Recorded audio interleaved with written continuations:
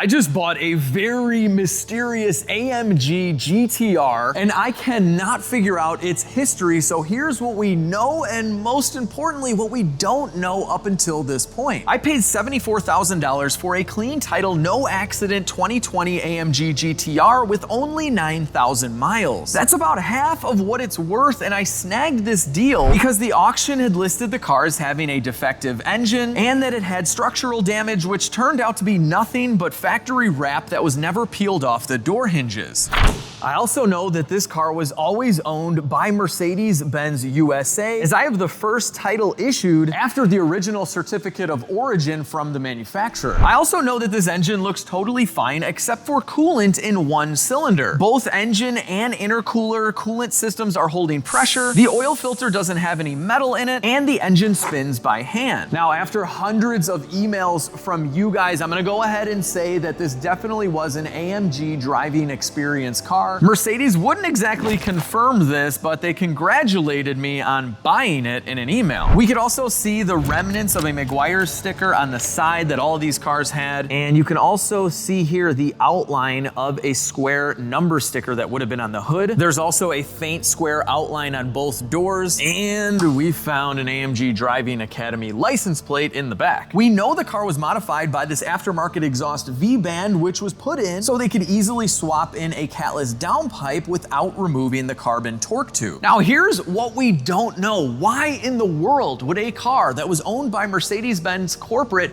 be modified? I was also told by a service writer at the last dealer that serviced this car 4 years ago and only 400 miles ago that this GTR was loaned out to a race car driver. I guess the guy that was driving it, he was like some sort of race car driver and Mercedes sponsored him. We have no idea who that race car driver is. Now, some of you guys had mentioned that this was the car that Lewis Hamilton drove around with Kylie Jenner, but if you look at the seatbelts, they're yellow and mine are black. Something else you guys sent me was that Amelia Hartford drove a car just like this a few years ago at a track in California. So this very well may be that car, and I'm waiting for confirmation from her. Also, why was the warranty voided at the Mercedes-Benz dealer level when this car was owned by Mercedes-Benz USA? You'd think they would have been able to do something about that. I also don't know why Mercedes-Benz had this sitting outside at a dealer auction for over 3 years. We don't know why the front fenders have carbon fiber patches, but most importantly, we have no idea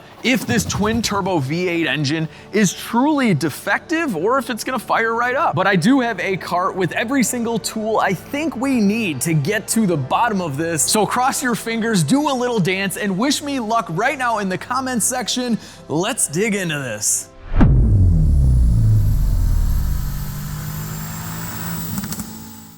All right, first things first is I wanted to show you a quick scan of the engine computer. So when I got this, I did scan for codes, but the battery was dead for so long, there were none. Now, all we're seeing are the codes from all the electrical connectors I have disconnected from removing the spark plugs, and I verified each code has to do with one of those connectors not being plugged in.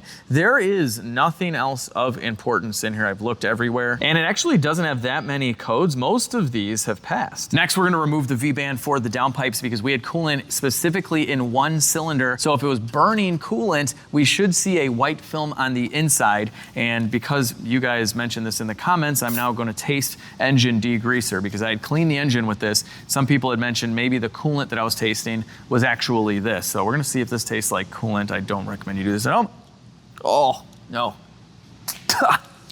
Yeah, honestly, it's bad, but it's a citrus-based degreaser, and you can tell it kind of tastes like oranges in a chemical bath. So this is definitely not what I was tasting. It is definitely coolant that was in there. Now this plug has since dried up, but this was the spark plug from that cylinder, and it was soaked in coolant. But as you can tell, it doesn't look like it was actually running with coolant in the cylinder. Let's have a 10 right here. Okay, there we go. That was very easy to do. A lot of times this gets stuck, but we know this had to have been running catless downpipes at one point. Let's see if we can pull this out at all to get a borescope in there. All right, gotta go underneath. Before we lift it, let's just loosen this one up, see if we can drop these together. Ah, they're stuck. Give it a little love tap. There we go. See, this is how they normally are. They get stuck like this.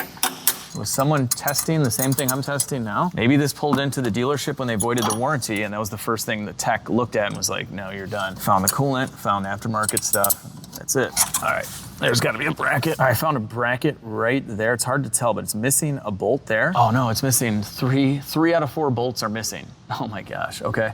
So far, that and the V-band down there are really the only signs that I could find that this thing was messed with. Someone was swapping something. Loosening up this one bolt, it was already kind of loose. Yeah, now we can get some movement here. Geez, they didn't even put it back together completely. Got it. Oh. The one and only bolt holding it in there. I'm underneath the car. We're gonna have to disconnect this V-band. I just cannot believe this is how they did this. It's just not the best. Hopefully that'll give us enough clearance. There we go. Okay, I got this one loose. With this loose, oh, we can see, okay, well, it's not gutted. There is our catalyst material, and this looks perfect. It doesn't look like it was ever running on anything but gasoline. Like, when you blow a head gasket and you have coolant dumping into a cylinder and it's running off that, it's blowing white smoke out the tailpipe. And at the downpipe, the first point of exhaust, you would see it. This is so crazy. I was at a 30.5% chance that this engine is totally fine. I'm bumping it to 40% right now. Let me know in the comments, what is your percentage right now? It spins, no glitter in the oil filter, and that side doesn't look to have been burning coolant. At this point, we are almost ready to crank this thing over and compression test it, but I'm being ultra careful with this engine. I wanna change the oil out first before we get this thing really rotating. All right, we have a couple of things to drain here for the engine oil. This is one drain plug. There we go. And we did the filter in the last video, but I didn't drain the oil because I wanted to turn it over by hand. So now we're doing that. And yeah, this oil just looks great and it smells great. But that's another part of this whole mystery is this guy brought it in for the warranty claim or whatever at 8,900 miles. It was declined, warranty was void. And then he paid for a B service, which is a really expensive service that includes the oil change. He drove away and the car went 400 more miles. So how broken was it? While that's draining out, we'll replace the oil filter with its O-ring. So we have a brand new one of those going on and a brand new oil filter. I'll try this up. Bam. This is oddly satisfying right now, I don't know why. Love the fact that the oil filter's right here, it's kind of cool. Click. All right, so the majority of the oil should come right out of here, and it's got like a plastic, oh, there we go, okay. So this is the drain for the dry sump tank. There we go. Okay, cool. All right. Thought we'd see more than that, but we did drain from 3 locations. It was a little weird. All right, drain plug and crush washer going back in. If this thing runs and runs well, I'm gonna do another oil change and replace this crush washer. You should always do that so you don't get a leak, but I don't have it right now. It's flying in the mail. Also, if this car just runs and doesn't have any issues, I do believe it's worth about double what I paid for it, which was 75 grand, because I did some research on Autotempest.com. This is a totally free site that puts the search results for any car you're looking for in one place. It's super easy to use. Just type in your make and model and you're off to the races. Autotempest pulls results from all the major automotive classifieds, so no more going to 10 different websites to find your next car. You can also filter by trim, price, mileage, location, and much more to save even more time. Now, something new that I love is their trends tool. This shows you which way prices are moving so you know exactly the best time to buy. I use this before buying any car to make sure I'm not overpaying. You can also fine-tune your trends search for just about anything, including title status, which is really important. If you're buying a car with a branded title, know that some makes and models are affected by these titles more than others. The vast majority of cars are worth much less with a branded title, so don't guess at what a car is worth. So use Autotempest to find your next new car. It is 100% free, and there will be a link down below. Autotempest has been a great supporter of the channel for many years, and I know you guys are gonna love it. All right, people, moment of truth. We are gonna crank this engine over. No compression gauge in there yet. That sounded kind of cool. I wanna blow out the cylinders, especially the one with coolant in it. So I have the key here. This is gonna be my first time pressing this button. Here we go, here we go. Oh, nothing yet. Okay, hang on. Okay, for some reason this isn't cranking at all. It's not doing anything. I'm gonna try something. They give you this little key slot here. You shouldn't have to put the key in here, but we'll try it. Nothing. And this is flashing like that. Okay, great. So something electrical weird going on? I don't know. We're only getting 11.5 volts. I've had the lithium battery charging. Maybe that's not enough, so I just hooked up a jumper right now. And I only brought it up to 11.7, but now it's showing a higher discharge rate. Anyway, let's give it a try. Nothing. Will not do anything. I just plugged in the original Mercedes battery because that's the only thing we're missing is the plug for the sensor. The battery isn't showing really a lot of volts, so I don't know. I just plugged in, cleared codes. Still nothing. I have no idea why this thing won't crank, but I want to do a compression test, so we're going old school. So we're going to connect a starter switch from the main large positive lead here, right from the battery to the starter, and the starter signal right there. All right, this should work. Here we go, here we go. First crank. Huh. Why isn't that working? That's totally connected right. This is a fancy car, but the starter, I mean, it's very basic at the end of the day. What in the world? Hold on a second. I have one end grounded. We're gonna check for voltage. Should have 12. No, it doesn't. This large lead going to the starter should just be live right now. It's not. It is dead. Huh. So sanity check here, but our battery is good. We'll check right here. And we have our battery voltage. Right here, battery voltage. Ah, there it is, right here, nothing. I'm almost positive that's the one that goes down to the starter. We could have a blown fuse. There is a module here with a connector. Geez, I don't know. Could be the issue right there. That is the break point from here to there. I've disconnected the battery. I want to remove this and take it apart. There's that. Okay, well, there's the back side, and you can see the fuse right there. It looks fine. Even though this looks fine, let's check continuity. Yep, we got it. And I'll just go back here. Nothing from here to here. Can this module shut down power? So that part is a battery current limiter. It is still possible that there's a pyro fuse in there that may have blown at some point and it's not allowing us to start the car. I'm not sure, but we can jump it. All right, so back underneath the car, we're gonna connect this to the S terminal. Then under the hood, we're connecting right to the battery. This absolutely has to work right now. Here we go. Yes, okay, it worked. Oh my gosh, all right. It spun. Oh my God, I'm having a heart attack. All right, here we go. Let's do this again. I'm gonna watch the cylinder right here, see if anything comes out. Okay. All right, I hear fluid. All right, we're going back in cylinder 1. I just wanna see what's going on. Okay, so we definitely got some coolant out. There's hardly any in there. Where did this come from? Where? Look at that coolant. Here's what we're gonna do, guys. We're gonna watch this cylinder go up and down, see what happens. Here we go.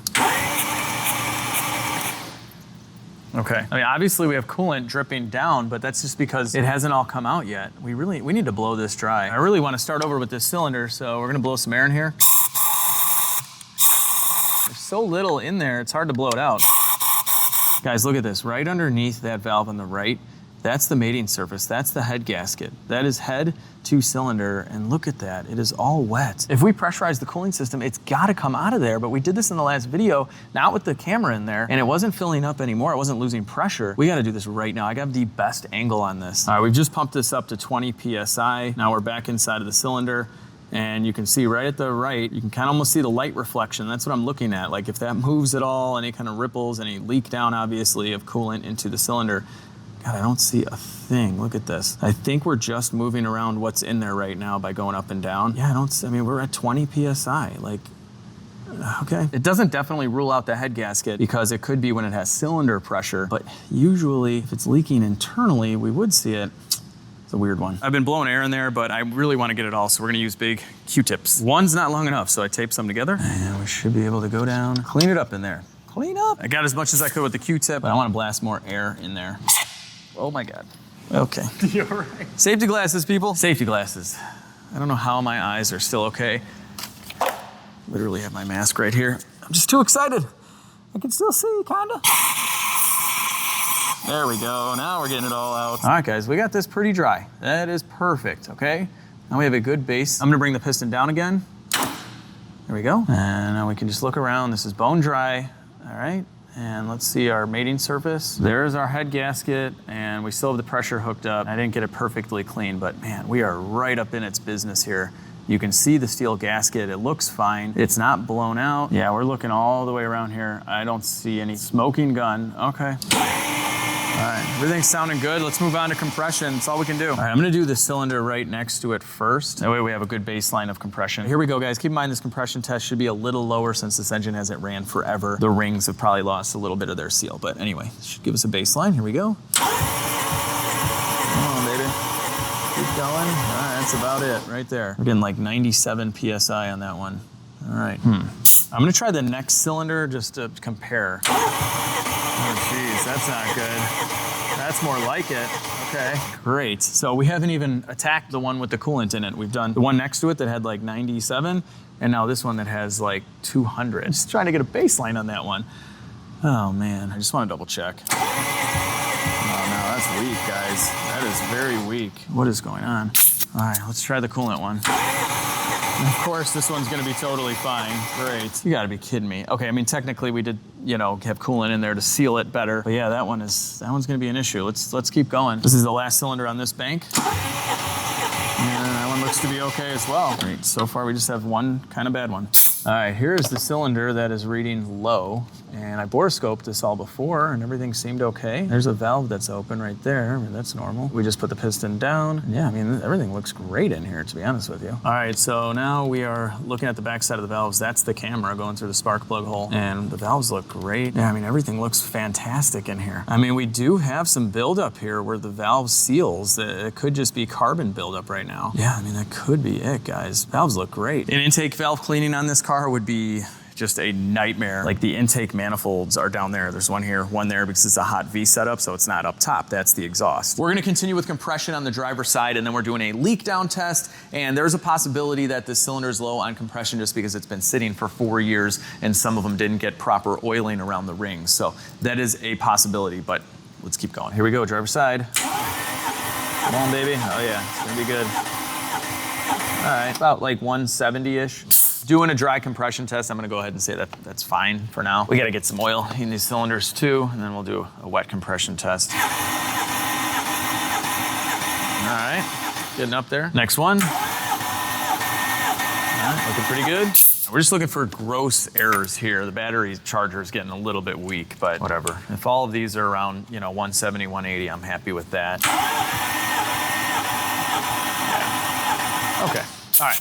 I think we've seen enough here. We have to spray a little bit of oil in these cylinders, let it sit for a little bit, and we'll retest. Now, before oiling the cylinders, I wanted to see if coolant would leak into the coolant cylinder overnight. So I pressurized the system, and after 24 hours, this is what we have in that cylinder. It's perfectly dry. I then moved on to fogging each one of these cylinders with oil, and so now we can retest compression. I'm going right after the one that was low. Here we go, low compression cylinder. Please have more compression. All right. Yes, that's what I'm talking about. That is good. Okay, now there's a little caveat here. We just, fogged out the cylinder. So the rings could be bad and we just filled the gap with oil, but we're gonna give this a few more revolutions and make sure to really clear that oil out. If it's got a actual broken ring, it will definitely have low compression again. So I'll keep trying. I'm blowing everything out right now, make sure all the oil is gone. So I'd put back the original Mercedes battery, which is dead. This thing won't go over 5 volts. We have to have a jumper on it. So it's getting kind of slow, but my buddy Fred over at Ben's house hooked me up with a good used lithium ion battery from one of these cars. So we're gonna go with this one, and it's been sitting at his shop and it's at 13 volts. So it's a good sign. With this new battery, everything is plugged in properly. Let's see if it'll crank with the push button start now. Come on, baby. Oh, now it's doing less. What in the world? All right, let's try the key in here. Let's see what happens. Nothing. Why won't this crank on its own? This is crazy. What is going on here? Let's try turning it. Nothing. Well, the only thing I could think of is that, we don't have the ignition coils plugged in a bunch of sensors, and maybe it's just not allowing us to crank it. So yeah, it is what it is. We'll just have to put everything back together. It's leak down time. I have all of the valves closed. Everything's looking good. So we can pull that out, connect our air going into our cylinder. So this is the pressure that we're sending to the cylinder, and this is what's actually in the cylinder. So you want these to line up, and yeah, this is not leaking at all, but we'll raise it up to 100, and it's going with it. Yeah, this is perfect. So you might have like 5 or even 10% leakage, especially one that's been sitting. And also this will blow out any residual oil when you fog a cylinder out. So if it really had a cracked ring, it would have blown that out. 100 PSI is a lot, and it's not doing that. I'm gonna go ahead and say this thing was just dry from sitting. Sometimes, depending on where the piston lands on an abandoned car, will determine how dry the cylinder gets. So if the piston was all the way up, all the oil leaked down, and you get a situation like this that gives you heart attacks. But I think we are good. I think we're good. Knock on GTR, we're good. Knock on other GTR, we're good. Which GTR would you rather have, this one or this one? This one's fully functional. And this one will be soon, I'm confident. We're gonna try and start this thing up. But first we gotta reinstall our spark plugs. I'm just gonna use the factory Mercedes ones for now, because I don't know if the engine's good, and if it is good, I'm gonna modify this car and probably go with Kohler plugs anyway. While we're doing the plugs, we're gonna double check the intercooler cooling system, make sure that's not leaking coolant, because we still don't know why there was coolant in that cylinder, but right now we gotta fire this thing up. All right, let's get these plugs in. Threaded by hand for sure. And we are definitely gonna torque every one of these spark plugs. 22 Newton meters is the factory spec. It's not a lot, and we want to make sure that all these plugs are clocked. From what I understand in a little research is that this can actually run differently if they're not clocked and torqued properly. So we're following the spec. I'm calling Mercedes Parts right now on a quote on this dash. Mercedes Parts? Yeah, how you doing? This is Alex with LegitStreetCars. I was wondering if you can give me an estimate on a new dash pad for a car. It's a GTR? Yeah, so the top leather dash is like peeled off. Oh, the dash, okay. Yeah, take your guesses down below. Looks like it comes with a full assembly. Full assembly, okay. This is gonna be ungodly expensive. Full dash, you're looking at, this price would be $5,670. Okay, I just wanna verify that's got the yellow stitching, right? So it's not giving me any color options, but it is VIN specific. Okay, so it's gotta be yellow. Okay, let's see, I'm sorry, how long did you say it would take to get in? 2 to 3 days, depending on what we order. All right, well thanks brother, I appreciate it. No problem, sir, you have a good one. Okay guys, $5,000 for this dash. So I'm gonna see if there's an upholstery shop that can do it for cheaper, but if it's close, I'm just gonna get the Mercedes one and call it a day, especially if this thing runs. I haven't ordered anything yet because we don't know what's going on here, but $5,000 for a dash. Big old AMG coils going back in. Little silicone spray to make it easy. There's one, and there's two.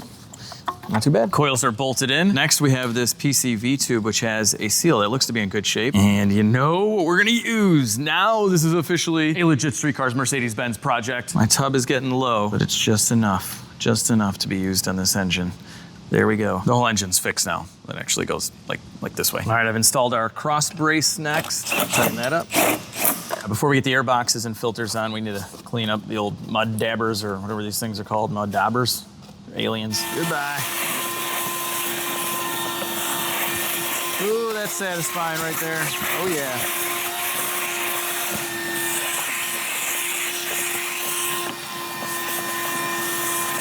I just popped out the lower air box and look at all this, guys.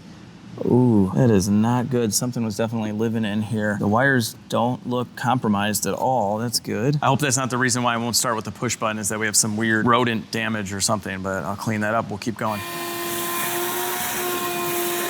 Ah, get out of here. It's fun to clean, that's for sure. All right, to clean this up a little bit more, it is minty fresh now. With the boxes cleaned up, we're going back together with our air filters. Airbox time. Airboxes are done, everything is connected. This is holding, so let's take this off. And we'll get some caps on. This is what I'm gonna try temporarily. This should have power at all times, so I'm jumping it with the jumper pack from the positive on the battery to the positive on the starter. And now if it's getting a signal to the starter from the ignition switch, it should start. We're gonna find out right now. All right, let's see what happens. Nothing. It's gotta be no power going to the starter signal. But why? Nothing. All right, keep digging. So you guys remember the S terminal at the starter? It's just like any other car. This purple wire is the one that leads all the way to the starter, and I just unplugged its connector there. So let's get our lead in here, and yeah. So right now we are cranking from the inside, nothing, no voltage whatsoever. So the car's not sending a start signal, so this makes sense why it's not starting. I'm on the passenger floor here, and there should be some fuses behind this panel, and you can see the nut there, nut in there. The nut in there is missing. Someone's been in there. Did they sabotage this thing not to start?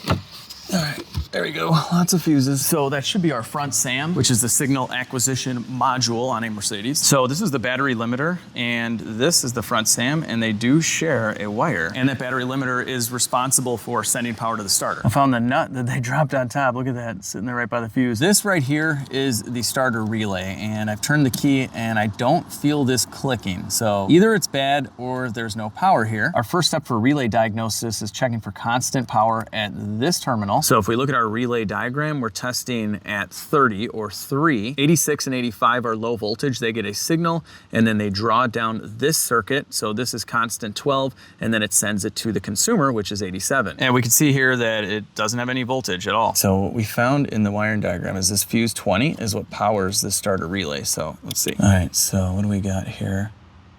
Oh, that is blown. That is definitely a blown fuse. Why did this fuse blow? I don't know, but we're gonna replace it and see if the car starts. New 20 ampere is going in. It's actually used. I took it out of the Trans Am. Okay, there we go, people. This has gotta work. Oh, it started. Oh my gosh, we got a puff of smoke under the hood though. What in the world? That was coming from the downpipe. I thought I tightened that, but we gotta check. But something else, I didn't really wanna run this on the 4-year-old gas.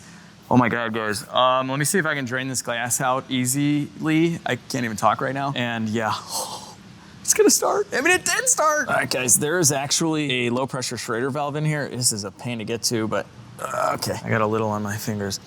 That smells good. I mean, it's roughly 3.5, maybe 4-year-old fuel, something like that. It smells great. I'm just gonna run it, guys. This looks like a nightmare to try and drain. It's at like 3/4 of a tank. I'm gonna be easy on this car if it doesn't immediately blow up anyway, so let's just run it. All right, here we go, first start. Oh, it's running, it's on. There's a check engine light, but I don't care. Oh my gosh. I don't know which way to go, front, back. This sounds great. It's idling down. Is there any smoke? There's nothing. I don't even hear a miss. I'm like trying to, you know, get some wafer or some air in. I don't even know if that's a word, but I don't smell anything. There's rocks still in the tailpipe, but guys, what in the world is going on here? This thing runs beautifully. I'm keeping an eye on coolant levels here just in case, but it does look like the pump's working for the intercooler system, or at least one of them, there's 2. And so far so good. I mean, obviously we're not out of the woodworks here yet at all, because if there is a crack in the head or a cylinder or something causing the coolant to fill, we might not know it until it gets up to temp and then back down. I don't know, but let's do a new fault scan though and see what we got. All right, let's see. Is there nothing in engine right now? Engine control unit pass. So let's just blow all this stuff out. A lot of under voltage codes, me messing around with the fuses and the relays. Quick erase. All right, it's going through everything and erasing right now. All right, we got a parking brake thing. No check engine light. We're good. Parking brake warning or something. Let's see. Let's just press the button down here. Okay, oh, there we go. That's gone. We have a license plate light that's out. Okay, service A overdue by 133 days. That's normal. Anything else? Oh my gosh. All right, let's give it a little fuel. Oh, what? No way, guys. This car was 75 grand. These things are worth like 150. Is there nothing wrong? Why was there coolant in there? This is wild. This is insane, by the way, guys. This is how you scroll. So right now I'm just taking a look at oil and coolant temp. Everything's good. I'm gonna keep it on that screen. And let's see. Oh, Sport Plus made the exhaust louder. All right, hang on, we're in Sport. Let me go Sport Plus so you guys can hear the difference.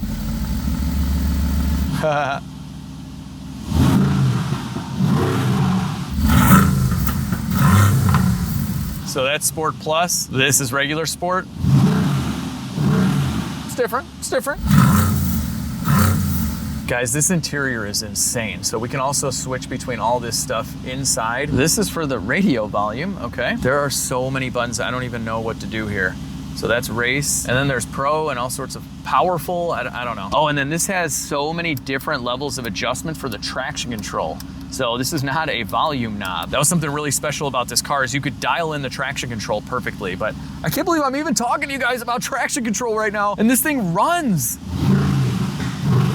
Oh my God, I'm never getting rid of this car, guys. This is insane. Like, yes, this dash is completely destroyed. I don't care. I'm gonna drop the 5 grand on the Mercedes dash. Well, probably, don't quote me. I might see if someone can do it cheaper, but I'm fixing the dash. Guys, I don't know what this is, but last break 0 hours ago, system suspended, attention level high. All right, whatever. I can't believe we only have one message. Coolant, good. Wow, that's a cool gauge. That's it. Wow, those are the important ones. We're in 2011 right now, I guess. This top one's oil. The bottom is transmission. And if we go to service, we can see coolant. Doesn't give you a number, but that's right in the middle. Let's shut this thing down. And now we have 3 minutes to check the oil level. All right, let's see what we got here. Ooh. All right, she's definitely at the max. Smells good, okay. Before we go out for our maiden voyage drive, I wanna just check everything over, and then we'll burn out this entire tank of fuel without beating on the car, and then get fresh fuel, and then change the oil. So since everything is up to temp, we can look over everything and make sure there's no leaks or anything weird. And everything's looking good so far. Let's see something though. I think I'm just gonna pop this hose clamp off. I just wanna double check there's no coolant puddling at the bottom of the intake manifold from the intercooler system on that side, because we still don't know why there was coolant in the cylinder. Okay, hose is off. Let's look. There's nothing wet in here. It would have puddled at the bottom of the intake. So let's just get borescope it really quick and go for a ride. I have the throttle blade held open with a piece of plastic, and we are in the intake. It's gonna be kind of hard to see a lot in here, but that's the intake air temp sensor. It's got a little something on it. I don't know if that's oil. Let's see if we can go up, maybe. Yeah, it's hard to see in here, guys, but there's the bottom right there. And yeah, that's the bottom. I don't see anything puddled up at all. Yeah, it looks good. Look at that. That's perfect. So a little oil on the intake air temperature sensor, no big deal. It's a turbo car. There's gonna be a little blow-by. I don't know what to say, guys, about the coolant. Let's just drive it, and then we might even be able to hit up the dyno. All right, heat shield is back on. Gotta go over to my Cadillac DTS really quick. It's hiding our carbon fiber cover. Our engine built by Maximiliano. Might have added the O at the end there. All right, so then we got another heat shield over this heat shield. I had that backwards, that's fixed. They also have one on the hood. Stuff gets hot over there. And then last piece of the puzzle was right about here.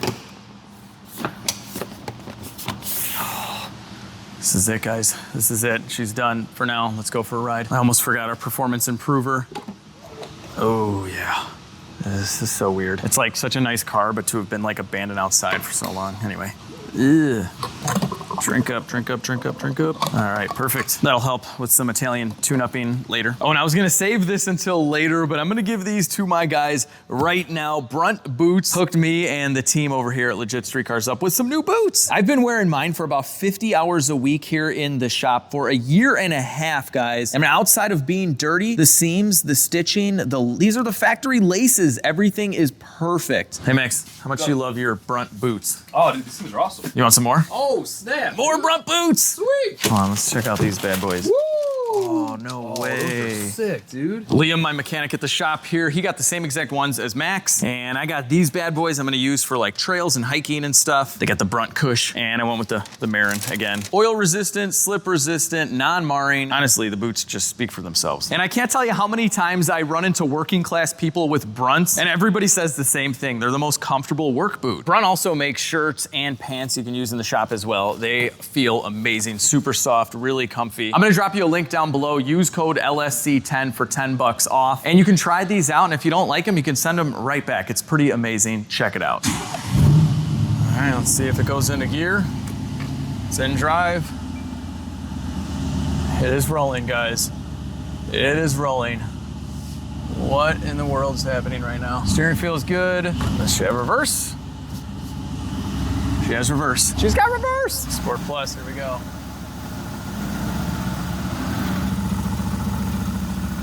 All right, it's raining outside. Windows work, that's good. Hello, GTR, meet GTR. It won't let me move. Yeah, look, I'm revving it up, parking brake. Okay, so that's gone, but we got stop vehicle, see owner's out. Okay, that's weird, battery light. It's actually not that weird. We have the aftermarket battery in here, and we don't have the connector on it for the CAN communication. It's a single wire. And yeah, I think I'm gonna see if I can code that out. I'm not sure. Should be able to drive though. It's raining, I don't care. This is our first time driving it. Let's see if it's gonna, it shifted. There's something rattling in the back. Oh, that's bad. This is like exhaust, maybe rocks, hopefully, I don't know what that is. Whatever, it's running good and it shifted. All right, guys, it's going well. Second gear, third gear, and steering's good. We got fourth. Fifth. It's too bad it's raining, but honestly, it's a good thing it's keeping me out of the throttle. It drives straight as an arrow. Everything's looking good. I just pulled up to the Mercedes-Benz dealership, and honestly, it's not for this car at all. I have to order an ignition switch for my CL65, and you got to bring the title in and prove that it's your car. So yeah, I'm just at the dealer, coincidentally. Freaked out about not ruining the front bumper, and look at this. We have curb view. That's perfect. I love this car, guys. I don't know what to say. This is so cool. Of course, the ignition for the CL is on galactical back order, so whatever, that'll sit. But you guys wanna see something funny? So this is kind of the new version of my car. Sort of. There's like a million different ones now, but hey, look at that. What is that, the regular GT? Regular GT. This is the GT55. So I can't keep up with all this madness, but this basically has the same engine. It's a 4-liter, it's not a 5.5. Yeah, a little wider and bubblier. I kind of like that better. All right, guys, it's the next morning. It basically rained all day yesterday, but I still drove this car about 40 miles. So far, so good. But because it's been sitting overnight, I do not want to fire this up until we take a look at the coolant level, make sure it didn't drop, make sure that cylinder didn't fill, and it is absolutely perfect.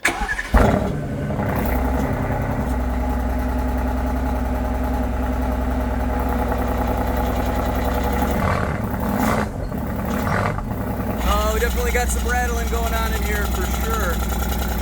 What is that? Oh, hold on. I think I figured out the rattling. About a million rocks in here. Okay, I think it's fixed. That was easy and free. This interior is really cool, but I'm not sure, guys, what to say. There are a million different ways to kind of do the same thing. So we got suspension, we got transmission modes, exhaust mode, the front lip thing, but you can also do all of that stuff right here. You can change your drive modes here and here. It's like you can change everything from everywhere. I changed up the instrument cluster display a little. We still obviously have the battery light, but other than that, she's cruising on the highway just perfectly, and we can see our coolant temp is right in the middle, and I'm trying to burn out as much gas as possible. Before we go to the dyno, I don't want to rip it on 4-year-old gas. You guys want to see something really cool? Look at that. Geo Metro. It's got antique license plates on it too. That thing is sweet.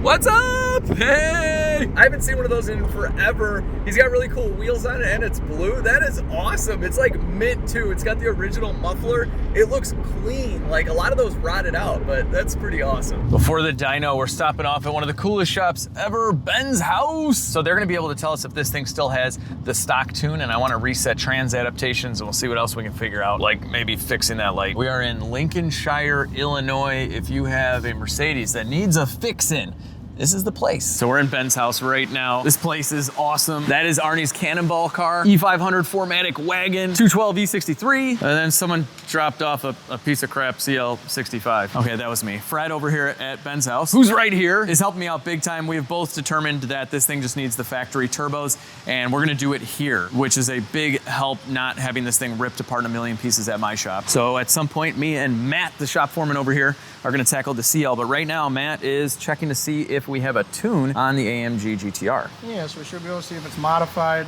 if it was set up for the turbo, stuff like that, and then we can get it back to stock until you do modifications, and then we can always put the tune back on once if you do turbos or things like that. Okay. Ended up having to tow the CL65 here. Actually, Arnie at Cannonball picked it up himself for me. It was really nice. But the EIS, the electronic ignition, that's bad, and I went to Mercedes to try and order one, and they said it's at least 6 months out, which is great. It's just the story of this car's life. All right, Matt just got in here. What are we looking at? So we have a stock file. It's coming up as the original. Normally, if it's been modified, it will tell me this is somebody else's file as well, and then that there are no defined maps. Usually they'll already be defined on your torque tables, power, boost, stuff like that. But we're completely bone stock with the original file, which is good. If not, we could have loaded that one, but you'll be safe to drive it, enjoy it, and then we can kind of slowly ramp it up as you do some modifications. And now that we have the file pulled and everything like that, we can even set a base for when you do turbo, stuff like that, and you'll be ready to go. Awesome, thank you. Yeah. Now it's cool that it has the stock tune. That doesn't mean that it didn't have a tune at some point in its life, but now we have a good baseline for the dyno, because you know that I'm gonna modify this car in a future episode, especially now that we've kind of gotten away with murder by basically fixing this car for free. I mean, at the end of the day, I did a bunch of checks on it to make sure it was good, and I'm glad I didn't just crank it because of the coolant in the cylinders, but it was a fuse. At the end of the day, I fixed it with a fuse. I actually stole that fuse out of my Turbo Trans Am, so I paid for it probably like 15, 20 years ago. Unfortunately, we weren't able to code out the light for the battery, so I either gotta get a $1,400 battery or figure something out with that. But either way, big thanks to Fred and Matt, and we will see both of these guys on the dyno, not in this video, but after we do some mods. Matt is gonna tune this car, so if you guys have a Mercedes you need tuned, I'll drop all their info down below. It's the next morning, we're at the original Legit Street Quarters, and I must say, this is a pretty cool sight to see. I put about 100 miles on this yesterday. So far, so good. Probably gonna be doing this for a while, but let's just check. Coolant level is exactly the same. I have zero explanation to why cylinder 1 had coolant in it. Place your guesses down below, but I got nothing. I got nothing left. I don't know. All right, here's a cold start with the valves open.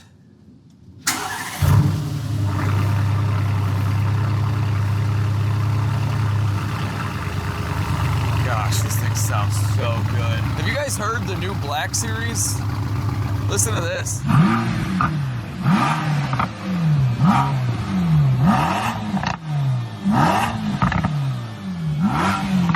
don't know about you guys, but I think this sounds a lot better. We're about to go change the oil in the AMG, so I swung by the AMSOIL warehouse to get some engine flush. I use this in any car that's been sitting forever, and a few boxes fit back here. The trunk space isn't too bad. If you guys want anything AMSOIL, I'm gonna drop a link down below. You're gonna get 25% off, and it gets shipped right to your door. Back at the shop on the rack, go ahead and pour our flush in. Drink up, buddy. There we go. And then we just fire it up. And we let it run for about 15 minutes while it gets in there, cleans out any old deposits and dirt and stuff like that. And then we just change the oil, and I'm gonna probably just sit back here and listen to this the entire time.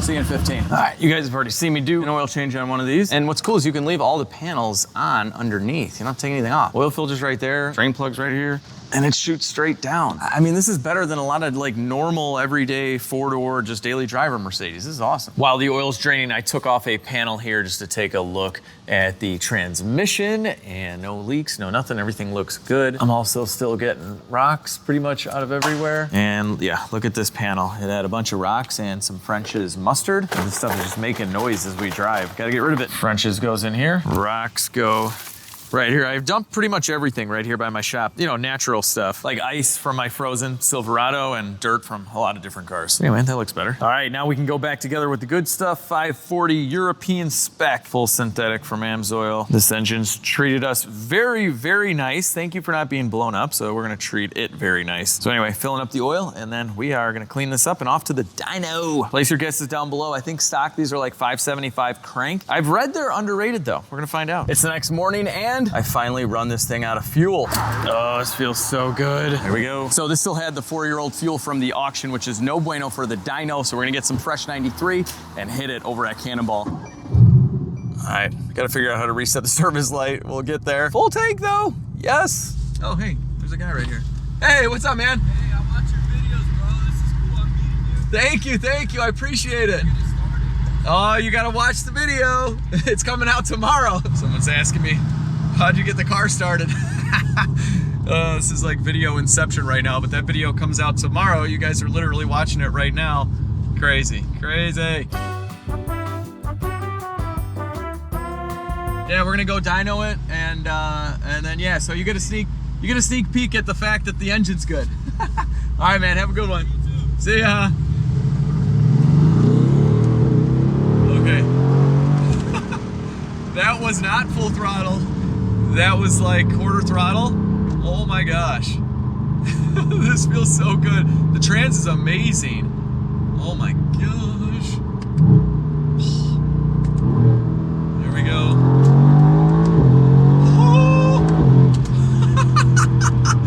Oh man, this trans is awesome, guys. It sounds so good.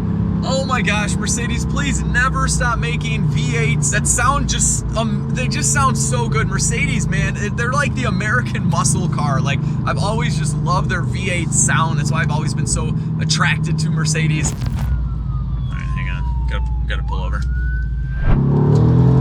Oh!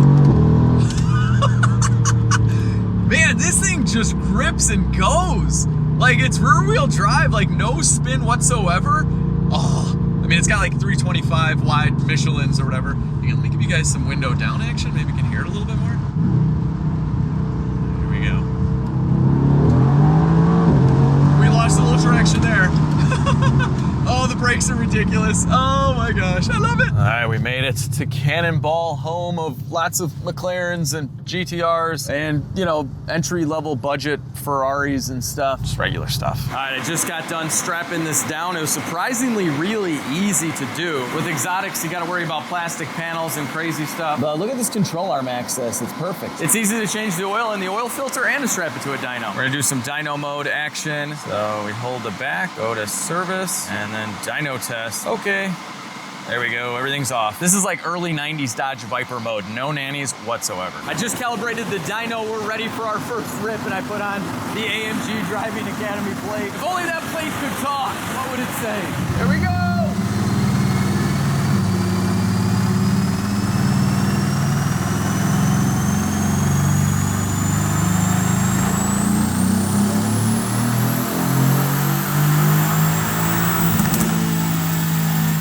That sounded great!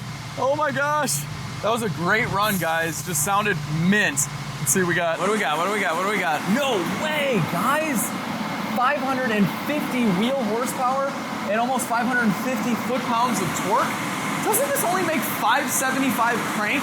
We gotta look this up. That is insane. Stock file, stock air filters, stock everything. How much horsepower does a 2020 AMG GTR make? The 2020 AMG GTR has a 4.0-liter bi-turbo V8 engine that produces 577 horsepower. Right. It's a powerful sports car. Oh, thanks, ChatGPT. taking over the world soon. That's what I thought, like 577 crank horsepower. That should be closer to 500 wheel, and it's at 550. That's insane. So if we're talking 20% loss, that's 660 horsepower at the crank. That's what they should have rated this thing. I always thought that 577, that's not that much. Like, you know, in these engines, some of them, you can pump them up to like 800 wheel without touching the engine. And I'm like, that's a crazy, like we left something on the table, but they left a lot on the table. This car is amazing. How much horsepower does a McLaren Senna have? The McLaren Senna has a 4.0-liter twin-turbo V8 engine that produces around 800 horsepower. It's known for its incredible performance. Yeah, it's enough. That's a stop. Whatever. Senna, your clear doors. Hey, Ivan, guess on horsepower on your dyno, 2020 AMG GTR, right over there. Tuned or not tuned? It's completely stock, no tune, paper air filters. 645. Oh man, that is way high, Ivan.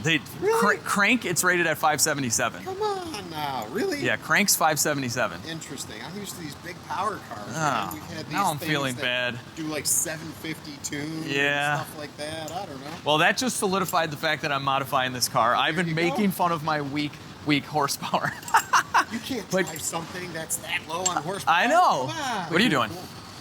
Building an engine. You know, always building these engines. Yeah. Yeah, this one we rescued. It had head replaced on it. All the valves were bent, so they replaced the head. Some shop did. They put it together really poorly. There was orange silicone all over the place. No. They never replaced the pistons. Pistons all had extra valve pockets in there. Oh, the jeez. collision. So it was misfiring. A shim got stuck on top of the valve train and was holding the exhaust valve open. So you gotta fix a lot of problems. 8 bent rods too. Oh my gosh. Lightly bent. Those are all the rods right there. Yeah, it's very slight. That's Might what be happens hard with to bent see on rods. video. Yeah. McLarens do like to bend rods. I'm hoping AMG GTRs do not like to bend rods.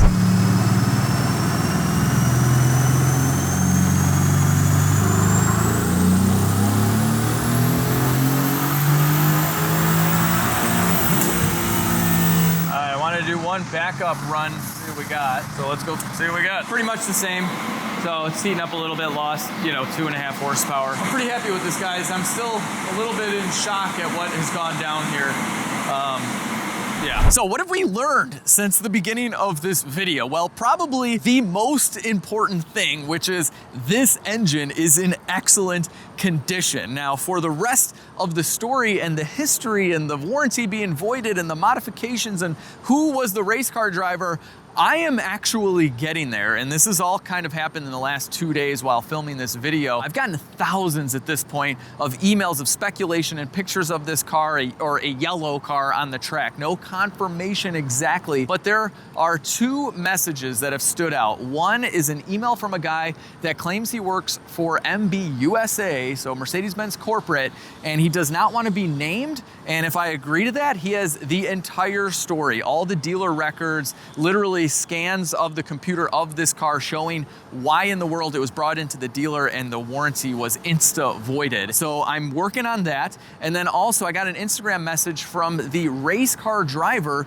who basically had this car. It was given to him by Mercedes-Benz. That's what he says. He doesn't want to be named also though. So I'm trying to piece this together and make sure the story is 100% legit before I present it to you guys in the next AMG GTR video, where we also may or may not be modifying this car. So this is all coming together, and if these guys are telling the truth, it is insane what this car has been through. One little teaser that's not verified yet is that it was in a music video and it was a different color, but I don't know, we're gonna find out a lot more hopefully soon. But for now, do you guys wanna see the rear steer really quick? Of course you do. Check it out, guys. I'm just turning the wheel and the rear steer is turning as well. That is so, so cool. And so obviously they did this for handling purposes, but it really makes the turning radius just amazing. Like, look at this. This is crazy. Are you kidding me? It's like the most drivable, like, race car, supercar, whatever you want to call it. It's just the best of everything. And I put like 300 miles on it in the last few days and it's amazing. So anyway, I think the most fitting way to end this is that wide open throttle. Oh yeah.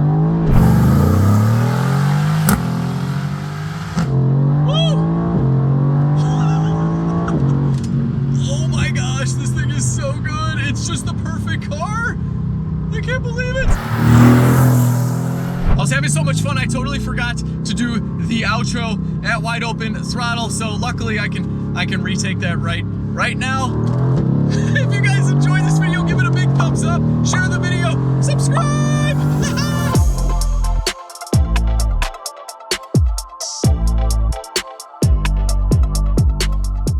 Hang on, before bloopers, I want to remind you to enter to win my boosted Chevy Silverado. What's the deal, Max? I don't know. Dry towels. They're double points this week. Double points this week for drying towels. Oh my gosh, if I had waited till you finished saying that, we would have been going like 1,000 miles an hour. Double points, double entry points for buying the gigantic drying towels, LegitStreetCars.com. All right, next for, let's see.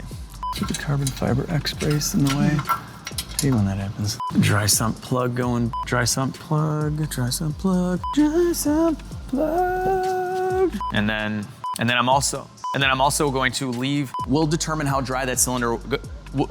So we'll put our lead. So let's okay. Yeah. So when we press the. Okay. So yeah. So we're Schneisenhausen. How is it your nonsense that Max have to go through to make one video? No nonsense at all, Mark. Unstenhausen, Lutensteinen.